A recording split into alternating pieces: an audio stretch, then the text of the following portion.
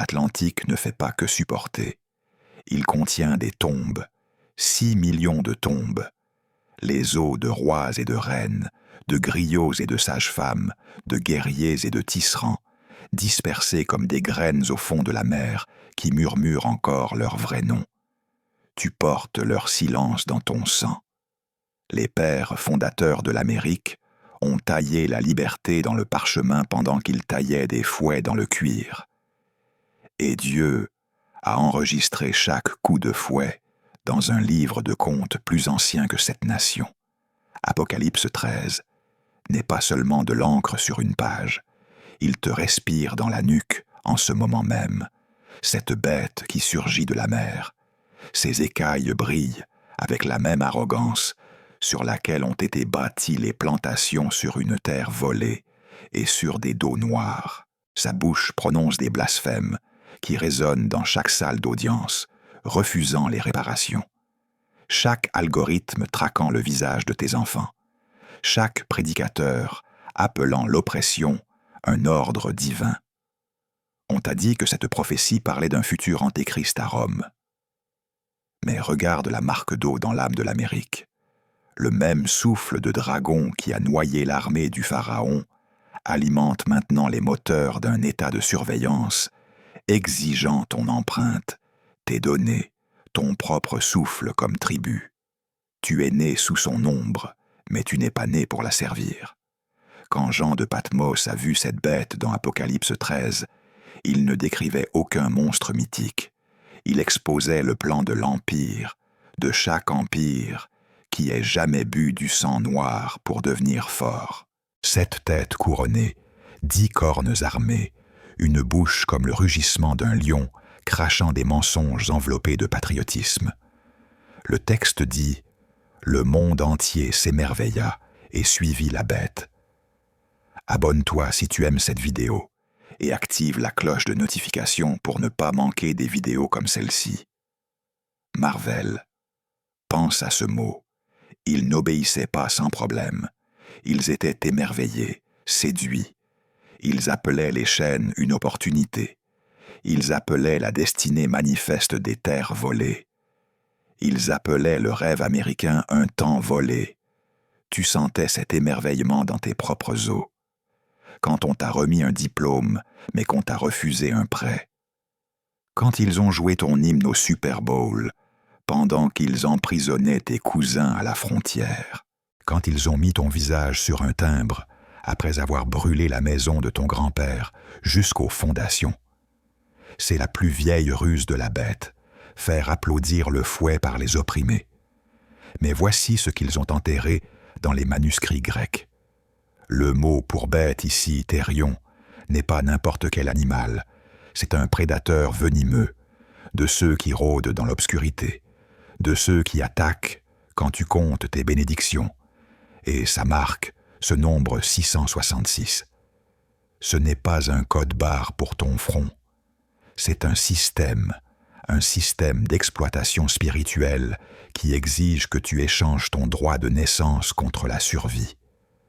Tes ancêtres connaissaient ce langage. Ils l'ont entendu dans le chant des commissaires-priseurs.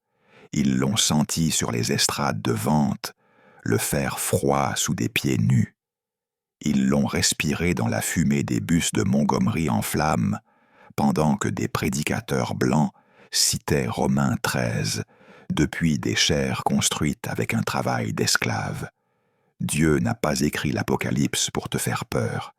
Il l'a écrit comme un manuel de terrain pour les captifs, une carte vers la nature. Et le premier ordre est celui-ci. Reconnais la bête avant qu'elle ne te reconnaisse. Toi, arrête, rembobine. As-tu vu la date ? 1619, l'année où le premier navire négrier a jeté l'ancre à Point Confort, en Virginie. Mais regarde plus profondément. Genèse 15-13. L'avertissement de Dieu à Abraham. Sache clairement que pendant 400 ans tes descendants seront étrangers dans un pays qui n'est pas le leur. Et là, ils seront réduits en esclavage et maltraités. 400 ans, pas 399, ni 401, 1619 à 2019. Les mathématiques sont chirurgicales. L'année où le meurtre de George Floyd a déclenché des incendies mondiaux. L'année où la pandémie a exposé quel corps l'Amérique considérait comme jetable. L'année où le marché boursier s'est effondré tandis que l'incarcération augmentait. Coïncidence ou horloge divine. Ils ont effacé cette chronologie dans les séminaires. Ils l'ont censurée dans les manuels scolaires. Ils l'ont appelée mauvaise histoire. Mais les griots du Sénégal ne l'ont jamais oubliée. Les anciens du Bénin ne l'ont jamais oublié. Quand le navire White Lion a débarqué 20 âmes de la terre Ndongo, ils n'ont pas seulement apporté des chaînes. Ils ont déclenché une prophétie plus ancienne que Babylone. Chaque empire qui a réduit en esclavage le peuple de l'Alliance de Dieu a affronté un compte à rebours. L'Égypte s'est noyée dans la mer Rouge. Babylone s'est effondrée en poussière. Les légions romaines se sont retournées les unes contre les autres. L'Amérique a 246 ans. La bête vieillit. Ses articulations craquent de corruption. Son souffle sent la division. Et le système s'accélère. Observe les signes. Imagine cette scène. Aube 1831. Une plantation de Virginie. Brume s'élevant des champs de tabac. Une femme noire nommée Suquet s'agenouille dans la terre. Ses doigts tracent des lettres hébraïques dans le sol. Des lettres que sa grand-mère a fait passer en contrebande depuis Tombouctou dans des tresses de cheveux. Elle murmure Deutéronome 28-48 pendant que la botte du contremaître écrase ses jointures dans la terre. Tu serviras l'ennemi que le Seigneur enverra contre toi dans la faim et la soif, dans la nudité et la pauvreté extrême. Il mettra un joug de fer sur ton cou jusqu'à ce qu'il t'ait détruit. Joug de fer, pas une métaphore littérale. Son frère en portait un qui lui a marqué la gorge pour avoir refusé d'appeler maître un homme blanc. Mais ici, voici ce que Suquet savait et que les séminaires cachent. Le verset suivant, verset 49. Le Seigneur fera venir contre vous une nation lointaine, une nation dont vous ne comprendrez pas la langue. Cette nation lointaine, l'Amérique, construite par des immigrants qui se faisaient appeler pèlerins pendant qu'ils pillaient la main-d'œuvre noire. La langue que nous ne comprenions pas, la garantie juridique sur des êtres humains, des actes hypothécaires sur des eaux volées. L'arme favorite de la bête n'est pas un fouet, c'est un stylo, et elle continue d'écrire. Maintenant, regarde ceci. Apocalypse 13, 16 à 17 dit « La bête oblige tous les hommes à recevoir sa marque pour acheter ou vendre. Pas de pain sans marque, pas de travail sans marque, pas de liberté. Ce n'est pas un futur, c'est la réalité de ton arrière-grand-mère. Dans les ventes aux enchères, il marquait les corps noirs comme du bétail. Des cicatrices sur les épaules, propriété de la plantation. Mais la marque spirituelle allait plus loin. Ils ont marqué nos esprits avec des mensonges. Tu es maudit comme Cham. Ta peau est ta honte. Soumets-toi ou tu seras brisé. C'est la marque originelle de la bête. Des chaînes psychologiques qui se déguisent en théologie et évoluent. La marque d'aujourd'hui, c'est une cote de crédit qui te suit du ventre jusqu'à la tombe. Un numéro de sécurité sociale qui transforme ta sueur en profit corporatif. Une loi d'identification des électeurs qui ressuscite des tests d'alphabétisation sous de nouveaux noms. Ils n'ont plus besoin de fer brûlant. Ton smartphone brille avec la même exigence. Remets tes données ou meurs de faim. Remets ta voix ou disparaît. La bête ne rugit plus. Ce sont des algorithmes, de la surveillance, de l'annulation. Mais le texte dit quelque chose qu'il ne cite jamais. Cela exige de la sagesse. Sagesse, pas des armes, pas de la richesse. La sagesse, du genre qui a construit les bibliothèques de Tombouctou pendant que l'Europe dormait au Moyen-Âge. Du genre qui code des spirituals avec des routes de fuite. Du genre qui sait qu'une bête aux 10 cornes est déjà en train de se déchirer de l'intérieur. Tu es sur le point de voir quelque chose qu'ils ont enterré. En 1808, le Congrès a interdit le commerce international d'esclaves. Alléluia, n'est-ce pas? Mais ouvre les archives de la bibliothèque du Congrès. Lis les lettres privées du sénateur James Jackson de Géorgie, 12 janvier 1808. Messieurs, nous devons multiplier notre stock au niveau national, briser l'esprit des femmes afin qu'elles se reproduisent comme du bétail. Leurs enfants seront notre or. Élevage domestique. Un système si maléfique que Dieu l'a nommé dans Deutéronome 28:53. Tu mangeras le fruit de ton propre corps, la chair de tes propres enfants. Ils n'ont pas seulement volé nos corps, ils ont transformé la maternité en récolte, ils transformaient les pères en étalons, ils transformaient les berceaux en centres de profit. Voilà l'économie de la bête, transformer les choses sacrées en marchandises, et elle continue de se reproduire. Regarde les conduits de la prison aujourd'hui. Des écoles délabrées aux quartiers sursurveillés et aux prisons privées qui échangent des vies humaines en bourse. La bête ne se soucie pas de la couleur de ta peau. Elle se soucie de ton silence, de ta disposition à croire le mensonge selon lequel ce système peut être réformé au lieu d'être démantelé. Mais voici le schéma qu'ils ne peuvent pas effacer. Chaque empire qui se nourrissait de sang noir s'est effondré dans les 250 ans. L'Égypte, 148 ans après l'Exode. Rome, 223 ans après avoir franchi le Rubicon. La Grande-Bretagne, 247 ans après la loi sur le commerce des esclaves de 1807. L'Amérique, fondée en 1776, 2025 moins 1776 égale 249. L'horloge ne tourne pas, elle hurle. Laisse cela te pénétrer. Je me suis tenu dans les ruines du grand Zimbabwe l'année dernière. L'aube peignait les murs de pierre d'un rouge sang. Un ancien Shona posa la paume de sa main sur un pilier sculpté d'oiseaux, symbole de messager, entre la terre et le ciel.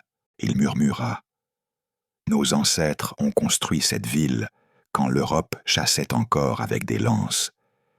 Puis la bête est arrivée. Canon portugais, mensonge britannique. Ils nous appelaient sauvages pendant qu'ils volaient notre or pour construire leurs banques. Mais les pierres se souviennent. Il traça un glyphe en forme d'œil. Voici la marque que Dieu nous a donnée, pas le 666, l'œil du discernement. Voir la bête, mais ne jamais s'incliner. Voilà notre héritage, pas la victimisation. Vision.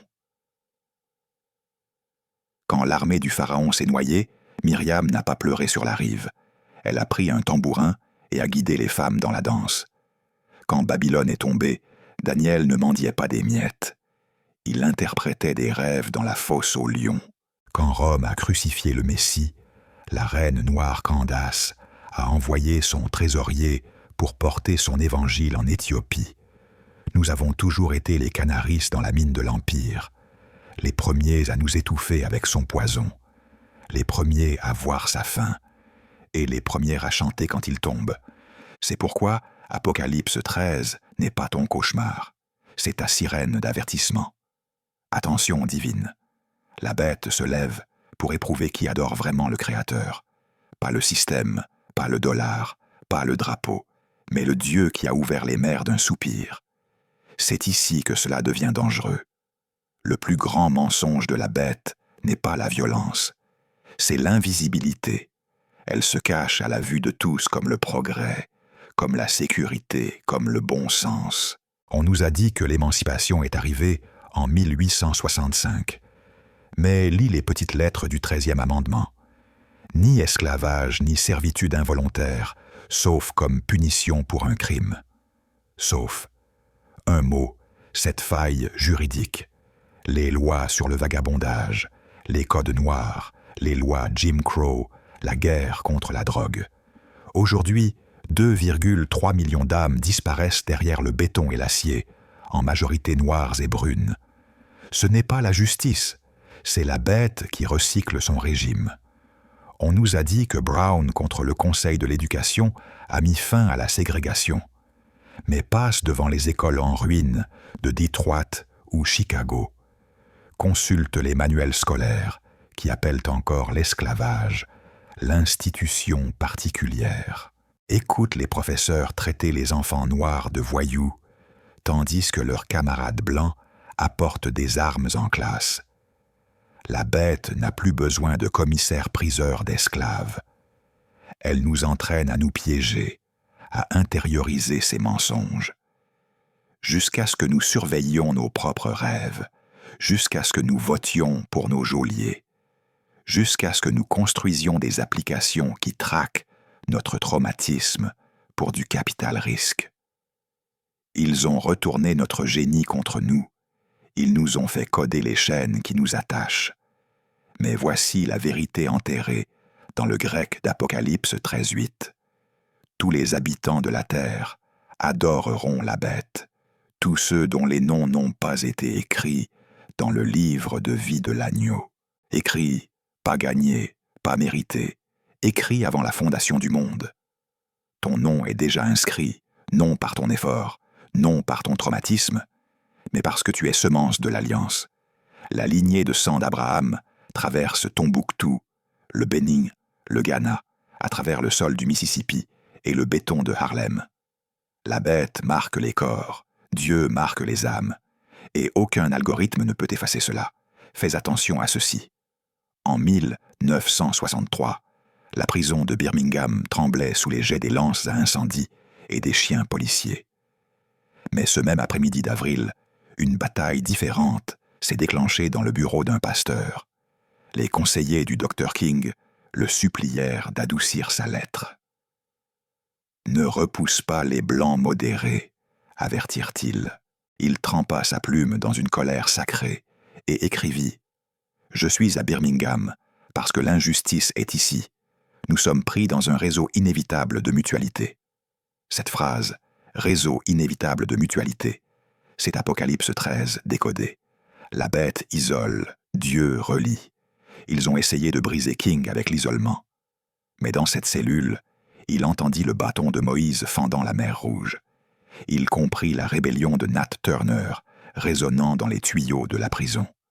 Il entendit le Saint-Esprit murmurer « Ésaïe 61 » pour proclamer la liberté aux captifs. Je ne voyais pas la ségrégation comme un problème noir. Je la voyais comme la maladie de l'âme de l'Amérique.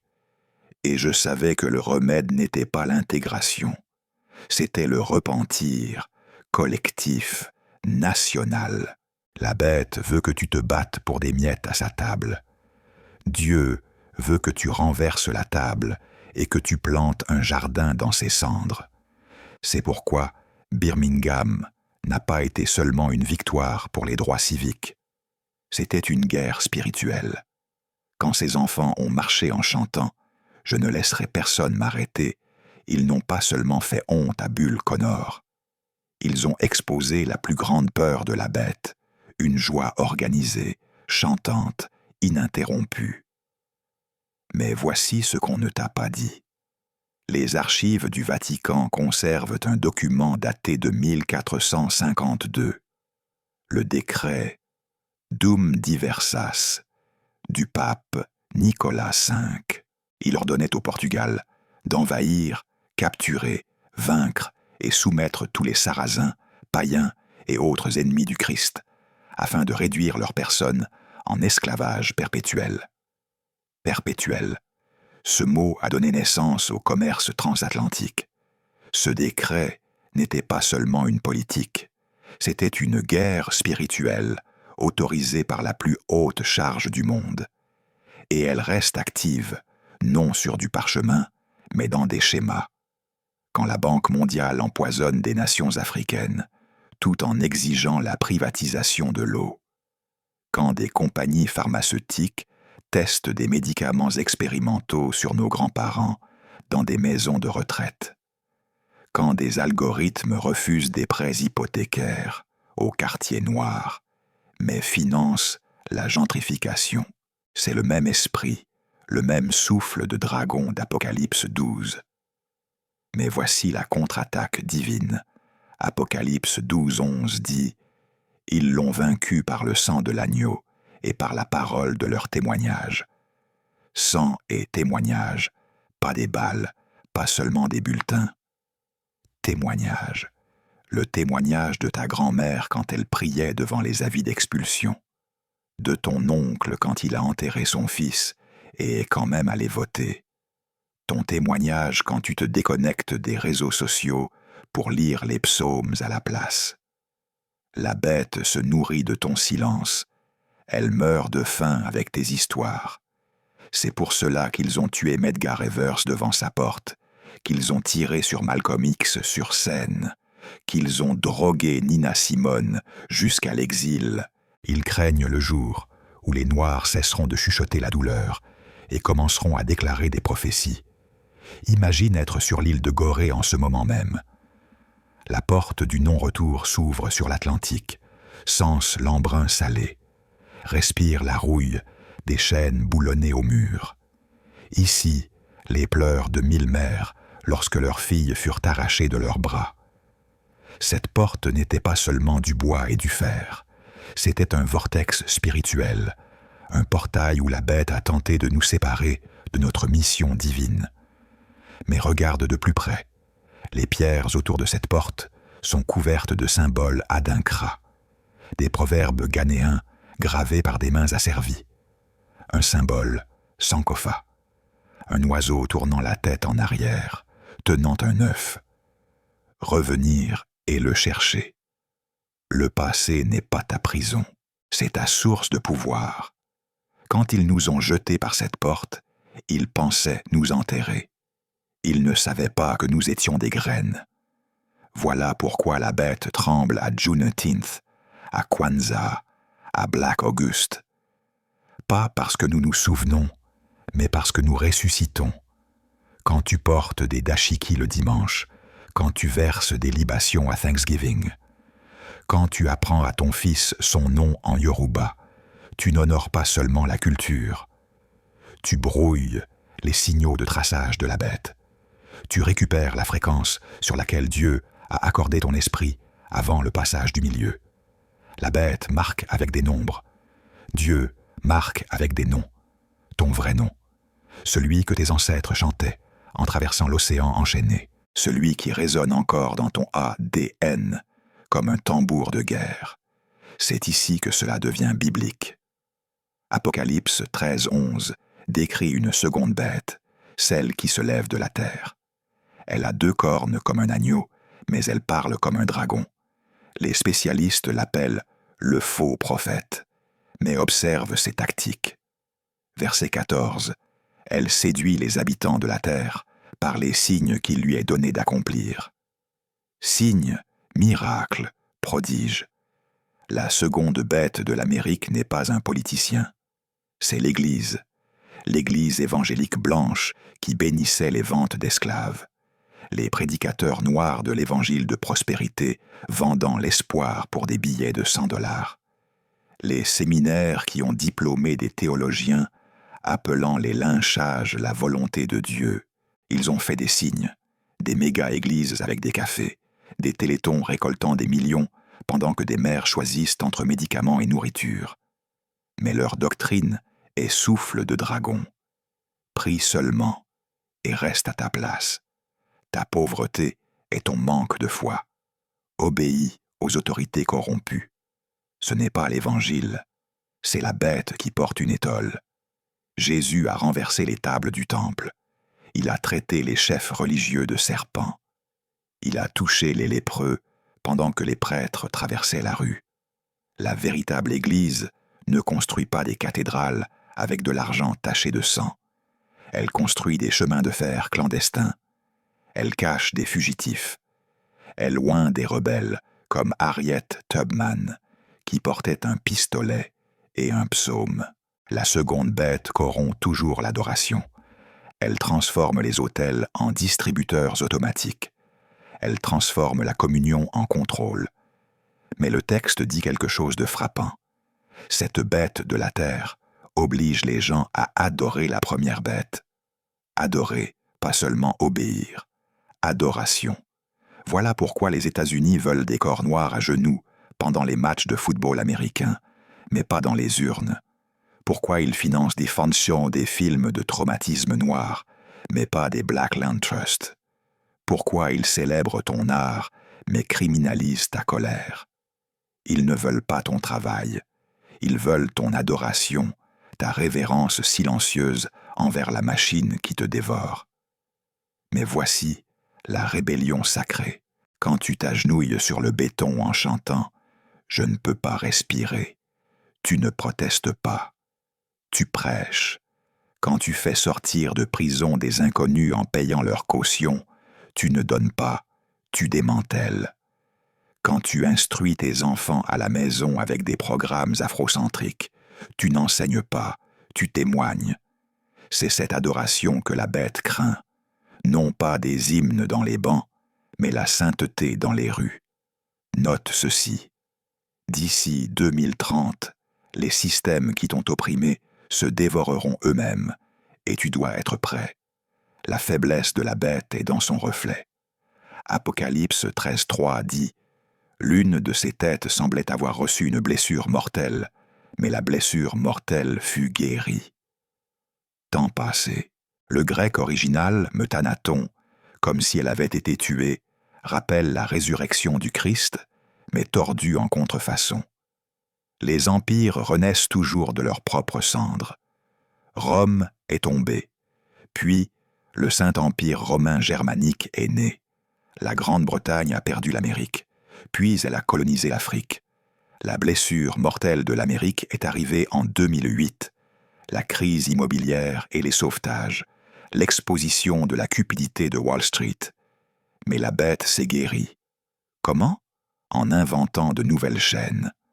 La dette étudiante, les faillites médicales, l'économie des plateformes. Ils appellent cela une reprise. Dieu appelle cela un sursis. Chaque sursis rend l'effondrement final plus sanglant. Regarde Babylone. Sa blessure mortelle est arrivée lorsque Cyrus a détourné l'Euphrate. Les eaux se sont asséchées comme le prédit Apocalypse 16.12. L'Euphrate de l'Amérique, c'est le Mississippi. Ces eaux montent à cause du chaos climatique. Ces rives se fissurent sous l'inégalité. La bête croit être immortelle, mais aujourd'hui, les empires sont éphémères. Ici, aujourd'hui, disparus demain. Et quand elle tombera, ce ne sera pas dans un gémissement. Ce sera au son de 18 millions de mains noires applaudissant. Des mains qui ont construit ce pays, mais ne se sont jamais inclinées devant ses idoles. Mon grand-père cultivait des terres en métayage, en Alabama.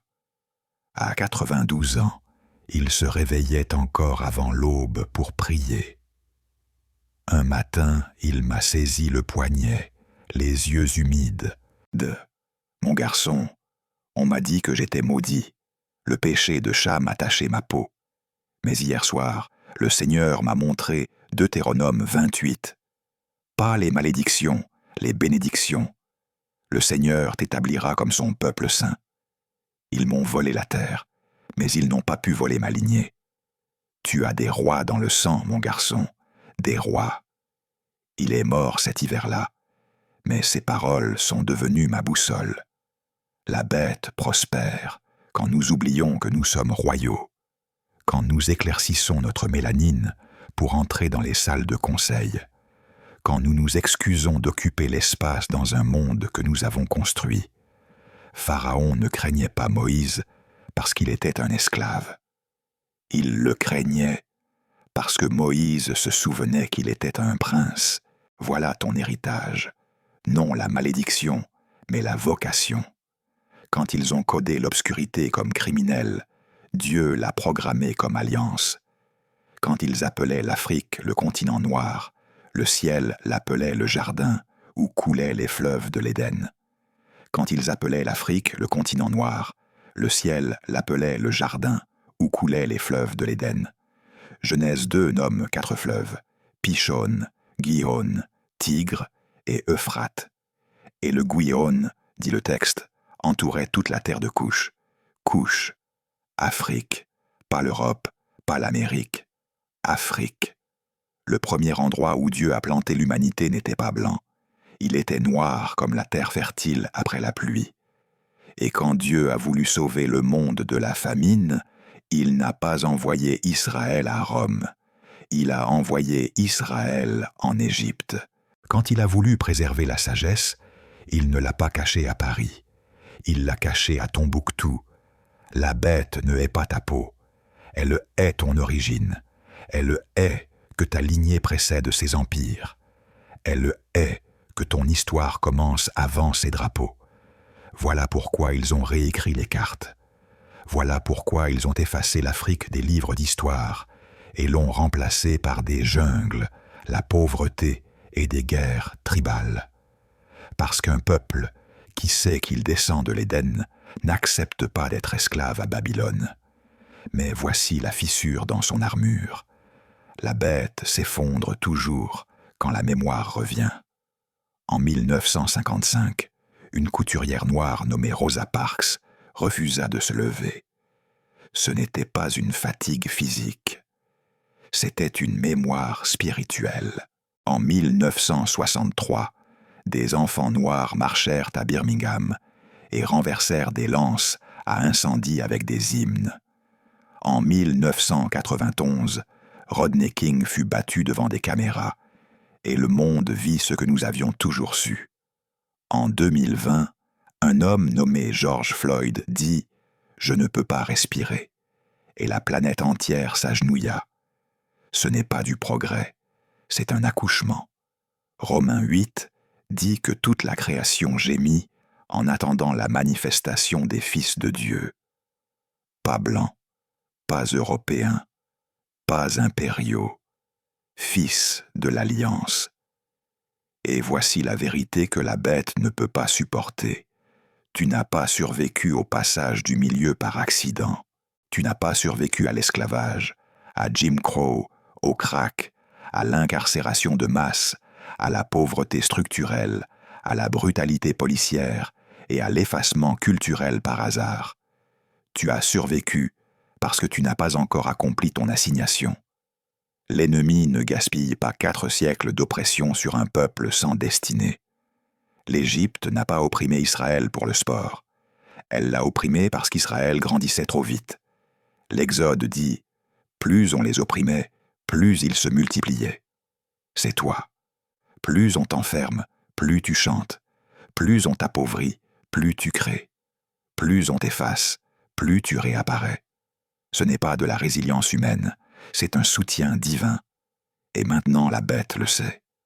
Voilà pourquoi ces attaques sont devenues numériques. Voilà pourquoi ils surveillent tes données plus que tes quartiers.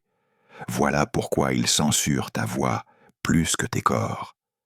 Parce qu'ils ne peuvent plus te tuer en masse sans être vus. Alors ils essaient de te tuer en silence. Mais l'Apocalypse ne se termine pas avec la bête victorieuse. Elle se termine avec Babylone tombant en une seule heure.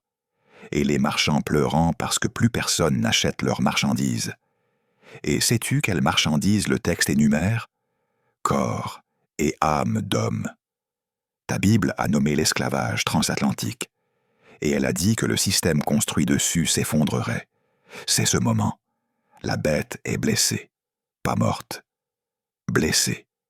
Et comme tout animal blessé, elle est plus dangereuse maintenant que lorsqu'elle était en bonne santé. Mais elle est aussi plus maladroite, plus désespérée, plus évidente. Voilà pourquoi tu vois des lois qui semblent sortir de 1950. Voilà pourquoi tu vois des suprémacistes sans cagoule. Voilà pourquoi tu vois des églises bénissant des armes.